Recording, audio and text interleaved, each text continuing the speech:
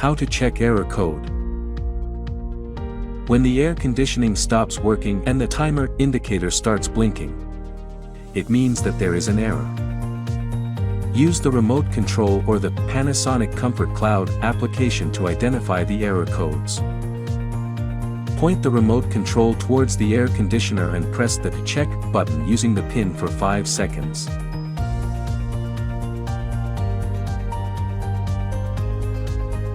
When the screen displays 2 dashes, scroll to find the error code.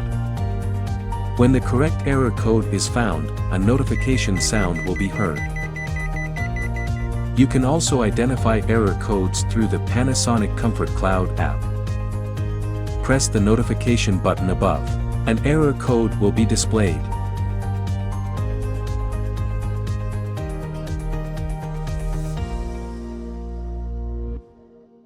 Panasonic.